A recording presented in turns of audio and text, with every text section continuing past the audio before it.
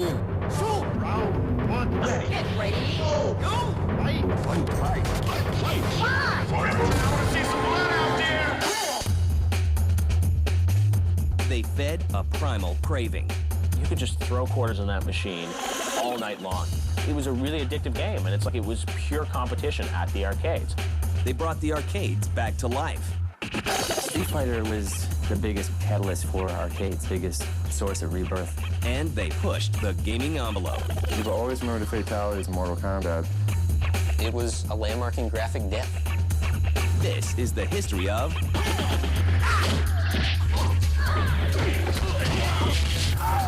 fighting games. Flawless victory.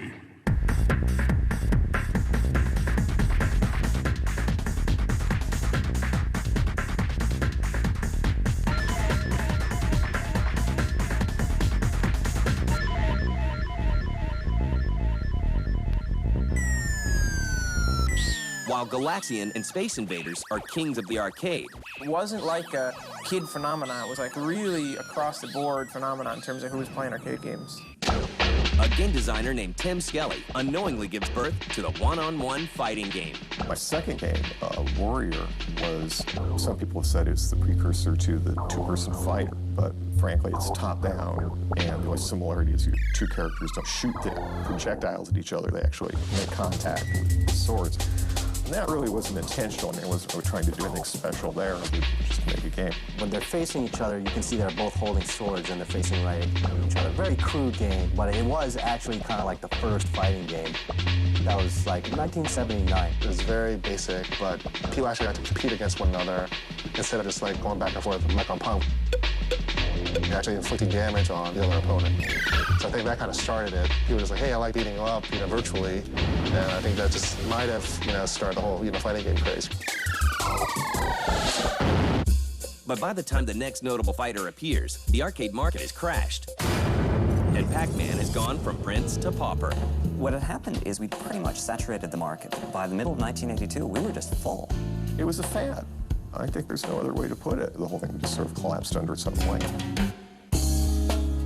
But a small handful of survivors continue to make games. 1983, the arcades were kind of going downhill. Data East was ingenious at the time because they had this game where you could have two people play at the same time, and everybody knew, what quarter munchers were at the time, but they came up with this idea in this game that actually would double the earnings because you'd always have two people playing on the game at the same time. Karate Champ, it's an arcade game from 1983 by Data East. It was the first two-player arcade fighting game with dual joysticks on each side. You did special moves in the game and your movement from left to right with the dual joystick. You basically face off against your opponent. And it was, it was a straightforward karate game, and it was very basic, because, you basically walk up against each other, and you'd start hitting each other. But it was tons of fun, because you were facing off against your friends. In 1984, Konami introduces countless gamers to carpal tunnel syndrome with ER Kung Fu. Fighting games sort of created this term button mashing, where you'd see people in arcades just madly tapping the buttons and the joystick. And button mashing really led to some people eventually figuring out, hey, maybe we can sort of add some secret combinations of certain buttons and certain joystick moves to, create amazing new moves and amazing new powers that you'll have in a fighting game. ER Kung Fu was really kind of the first game where you saw an arena, your environment, place to fight, and it also kind of established the vantage point of fighting games, which is a side view and two guys standing face to face, and you go at it. And the idea of moves and stuff like that was also developed even further with ER Kung Fu. Like a young Kung Fu student studying the ways of his enemy, Capcom pays close attention to their competitors' success. Capcom ended up taking a good look at Karate Champ and taking an even better look at ER Kung Fu and decided that they should combine the two. To beat Data East and Konami at their own game, Capcom jumps into the fray with the release of Street Fighter in 1987. The biggest fighting game that really started the genre in a big way was Street Fighter. Well, Street Fighter had these amazing graphics. At the time, this is 1987, mind you, but Street Fighter had a group of characters. You just couldn't use any of them except for Ken and Ryu, and you're on this quest now. I mean, you're trying to fight all these fighters from all over the world. So now, with that embedded in your head for a second, fighting all these players all over the world, you have like a goal in mind. I was walking around the arcade, and a bunch of people were just hanging out by this one game. I was like, Street Fighter, what's Street Fighter? And then these cool characters, dragon punches. Right when I saw we did a fireball, like, whoa, it's cool. Street Fighter has gamers virtually pummeling each other in arcades across America. But what Capcom does next will hit the arcade scene with the force of a sonic boom.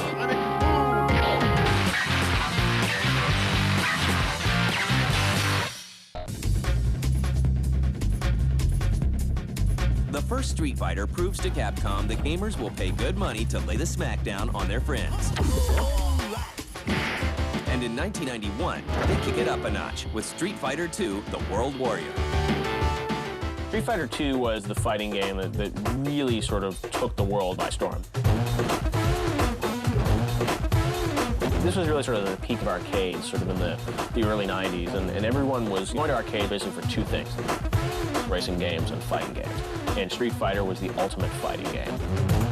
Street Fighter was the biggest catalyst for arcades, the biggest source of rebirth. Street Fighter 2 really showed who really was a hardcore player, because you could really get your ass handed to you unless you knew what you were doing decisively. It was so addictive because the moves were so detailed and it was so competitive. You could just throw quarters in that machine all night long and still have fun.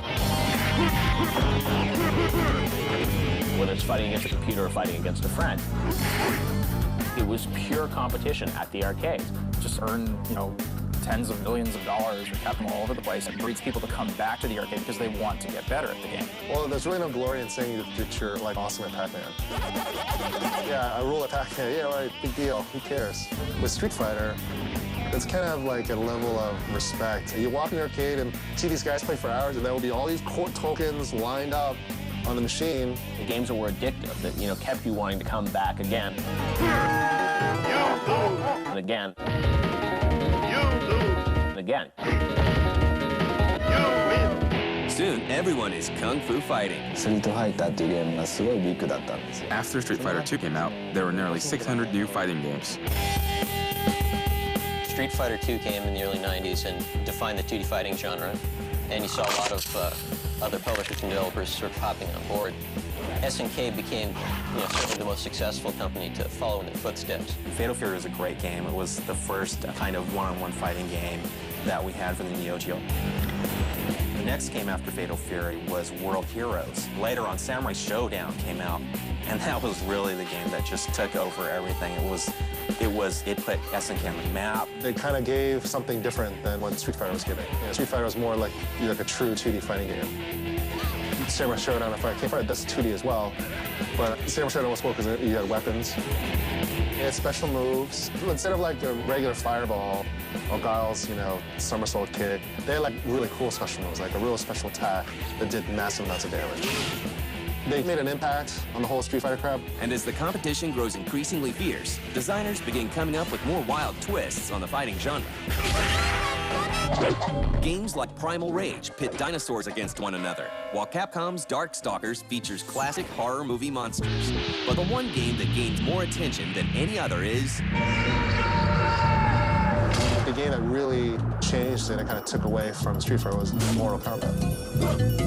Because in Mortal Kombat it's not cartoon characters, you have a person digitized on the screen, and there was blood and gore. You never forget the first time. It says, finish him, finish him. You never forget that, and it stuck with people. Ed Boon and John Tobias came up with this Mortal Kombat franchise, which I think they would admit is basically, a rip-off of the Street Fighter phenomenon. But what they did was they really took things to the next level, and they, added blood and gore. But it had that, holy crap factor, pulling the guy's head out and the spine is hanging, or kicking off someone's head. Yes, it's over the top. Yes, it's totally exaggerated. I think part of it caused a lot of stir in the news and stuff. Mortal Kombat game showing people taking out hearts and stuff. It was just great. It's just fun. It's entertainment. Fighting fans, really wanted something different, and Mortal Kombat, gave players that. Just nobody realized that somebody was going to make that big a step forward in terms of just, shocking violence in an arcade game. But it was a landmark in graphic death. But the violence that makes Mortal Kombat so popular also makes it one of the most controversial games of the 90s. The fact that there was blood in the game was sort of this big controversy.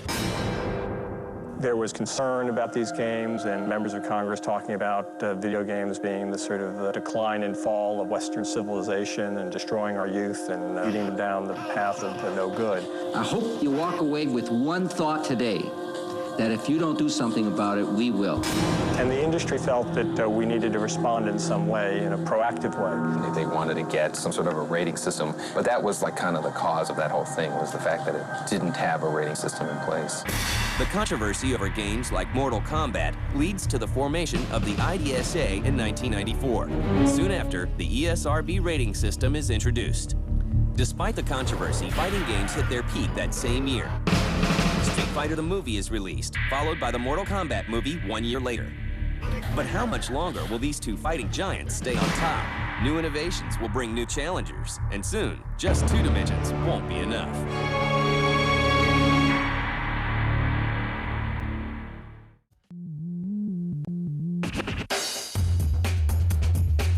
By 1993, 2D fighters are everywhere. While the makers of Street Fighter and Mortal Kombat churn out sequel after sequel, Sega's Yu Suzuki works on a new kind of fighter. The president of Sega realized that Capcom had a fighting game called Street Fighter 2 that was very popular. He asked me to come up with a game that could be competitive in this field, and I said, I don't know if I'll be successful, but of course I'll give it a try. I decided that I'd like to combine the 3D that I was always interested in with a fighting game.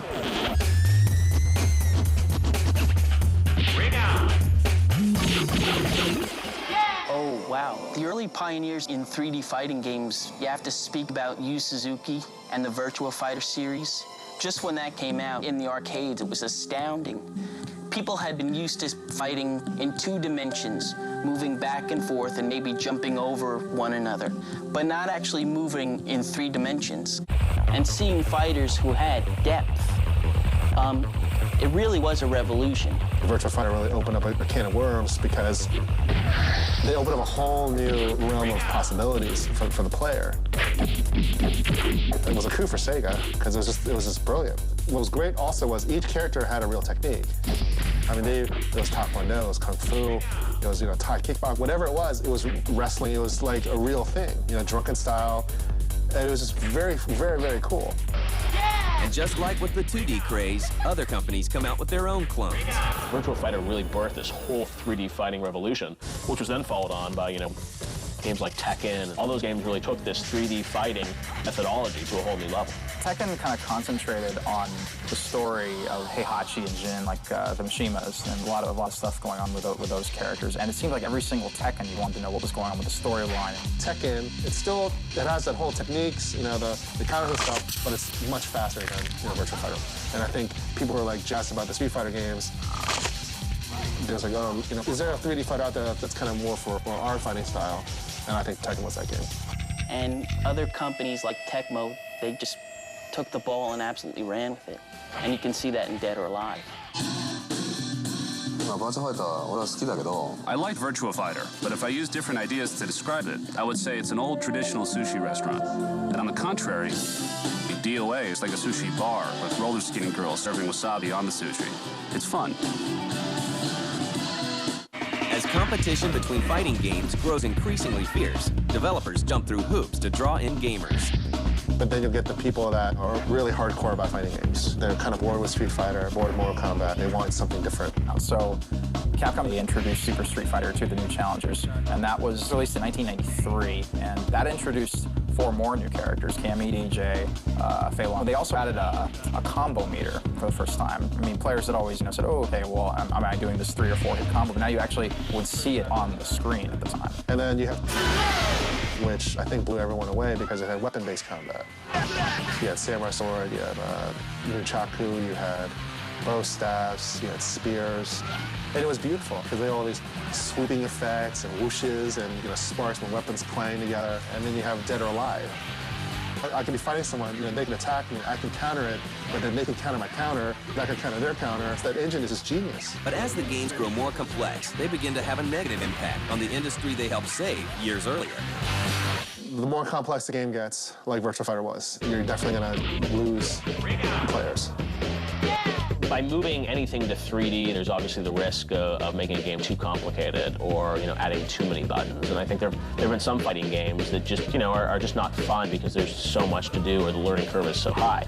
These were games that took a lot of coordination, and it excluded two major classes of people.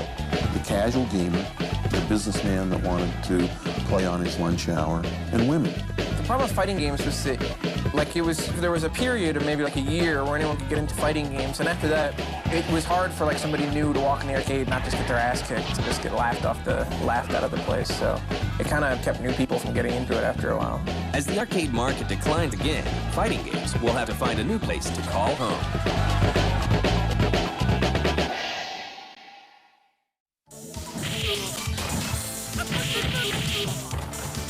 Towards the late 1990s, the arcade market is down for the count. But at home, it's a different story. At one point, players were still playing fighting games in the arcade, and they would play at home on lesser versions of the same game. Like Super Nintendo, people would play Street Fighter 2, but they'd still go to the arcade because it looked better, it played better. But then with a game like Tekken in the arcades was built on a version of PlayStation hardware. So what you have is a game that is very easy to be transitioned to the home console. So what happened was that these guys who were spending quarters night after night in these arcades, spending sometimes hundreds of dollars a month, were able to buy a console like the PlayStation and play it basically for free at home once you bought the game for 40 or 50 bucks. By the mid to late 90s, players could get something that was, almost as good as or better than the arcades on their home consoles for less money. So why do you go to the arcades to play your games when you don't have to? So what happened was that people started gravitating towards playing a lot of these fighting games in the home, and the home consoles were so powerful then that it was basically, arcades kind of lost their luster. Not only are home console fighters matching their arcade counterparts, some are even surpassing them.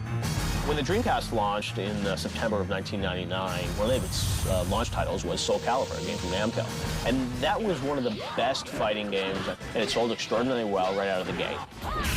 After the launch of the Xbox, Microsoft was really lucky to have Mr. Itagaki and Team Ninja sign on to do a Dead or Alive 3 game for the Xbox. Every console needs a great fighting game to launch. That's one of the core genres of consoles, and Xbox got that great fighting game, Dead or Alive 3, and it really helped the platform. Dead or Alive 3 did very well on Xbox. They showed the world exactly what the Xbox could do. He expanded on the notion of multi-tiered stages. Not only could you knock somebody off a platform, say, but you could knock them off a huge platform, and they would go through a floor and bounce down. But the old 2D fighters that started it all aren't gone for good. Old rivals team up, and new franchises such as the Guilty Gear series ensure that gamers with the 2D itch have a place to go.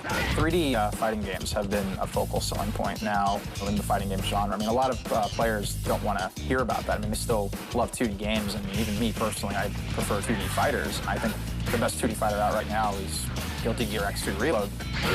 Capcom had suffered some reversals. Street Fighter 3, for instance, was not a big success in North America. SNK's later King of Fighters games, 99 and beyond, got kind of a mixed fan reaction.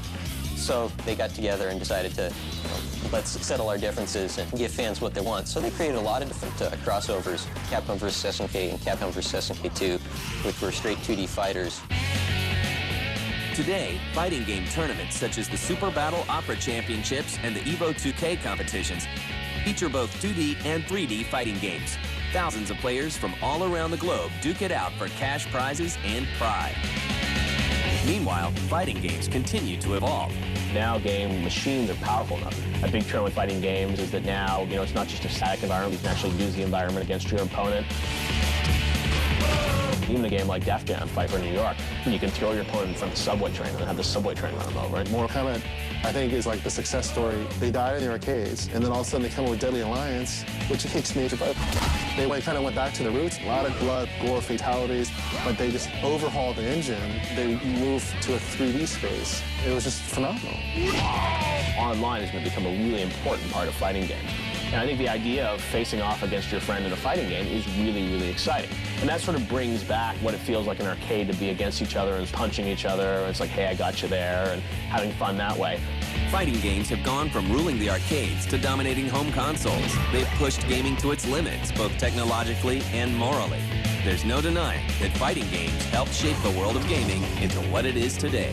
Every time I see a new game, the new Mortal Kombat, the new Dead or Alive, Ultimate, I'm just blown away like how much we've evolved. Games are going to evolve, they're going to be much better. In the end, the real winners are us, the gamers, who get to play these awesome fighting games. You win! Have to use the codes. BBA, BBA. I've seen the Teenage Mutant Ninja Turtles naked. L1, L1. Zelda, naked. Left, left, left. Mario, no pants. AB, AB. R1, R1, R1. Lakers, naked. Master Chief, Pittsburgh Steelers, Manchester United. But naked. R1, R1, R1, R1. Get the latest cheat codes and walkthrough strategies for Oddworld, Stranger's Wrath. Cheat. Tuesday night at 10 Eastern, 7 Pacific.